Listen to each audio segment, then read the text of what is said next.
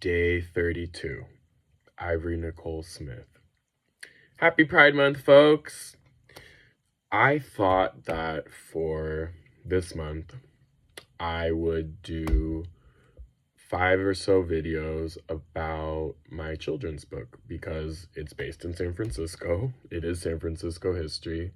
So I thought there'd be no better place to begin than with who I dedicated the book to, Ivory Nicole Smith. I've talked about Ivory in other videos. We weren't the best of friends necessarily. What's heartbreaking about this is that our relationship was like kind of just beginning. But I met Ivory, it would have been July of 2021, when she came with her friend who was going to speak at a healthcare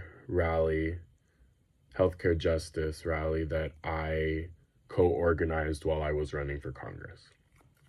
So my first impression of Ivory was that she offered to take the pictures. I had just met these two girls and they were we just all kind of hit it off. And they were representatives from the transgender district. And that's how the three of us met. And I started seeing Ivory everywhere after I met her. And so we kind of developed, because I discovered that we had a lot of mutual friends. And so we kind of developed, I don't know how to call it, like a fringe friendship. It's like, oh my God, there you are again. Oh my God, it's like always so nice to see each other, right?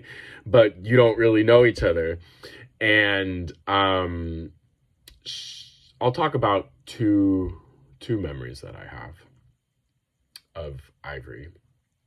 And one of them was a Friendsgiving where we realized that we both had a mutual friend who Ty was really close friends with both of us, and it just didn't click until we showed up at the friend. It's like, oh my God, Ivory, oh my God. And then one of the friends at the Friendsgiving, I forget this girl's name, but she did a fire dancing show.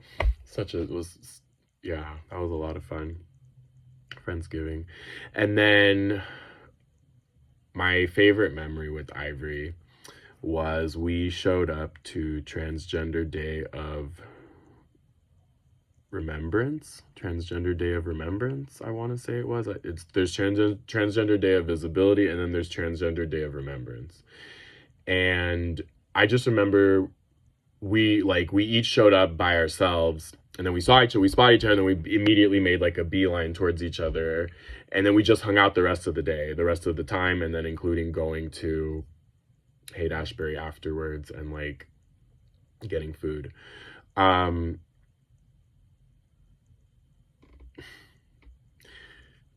So I eventually, after Ivory and I developed a friendship, I realized that she would be really good as a tour guide. So, as y'all know, I own a walking tour business, and I had just recently gotten to the point where I was thinking I might want to hire people because I have I should say I'm getting to the point where I'm way too busy to do all the tours myself. So I realized, oh my God, Ivory's literally perfect. San Francisco native. Specifically, I thought she'd be great for the LGBTQ tour because I'm just going to say it. I did not want a white person running that tour. I'm just going to be honest. And a Black trans woman would actually have been perfect. And, very charismatic. Ivory was a program associate at the transgender district. And she's also featured in a permanent installation at the SF MoMA called the Know Your Place campaign, where they featured a bunch of trans folks here in San Francisco, kind of positioned as saints. So anyway, Ivory ended up passing away very unexpectedly. Very, very unexpectedly. I felt like I had the wind taken out of me. And I have talked about that in other videos. I'm not going to talk about that here, but I thought there's no better way and person play to begin with than with Ivory. And Ivory, I miss you a lot and I love you. So I just want you to know that, and I want as many people as possible to know about Ivory as well. So happy first day of Pride Month.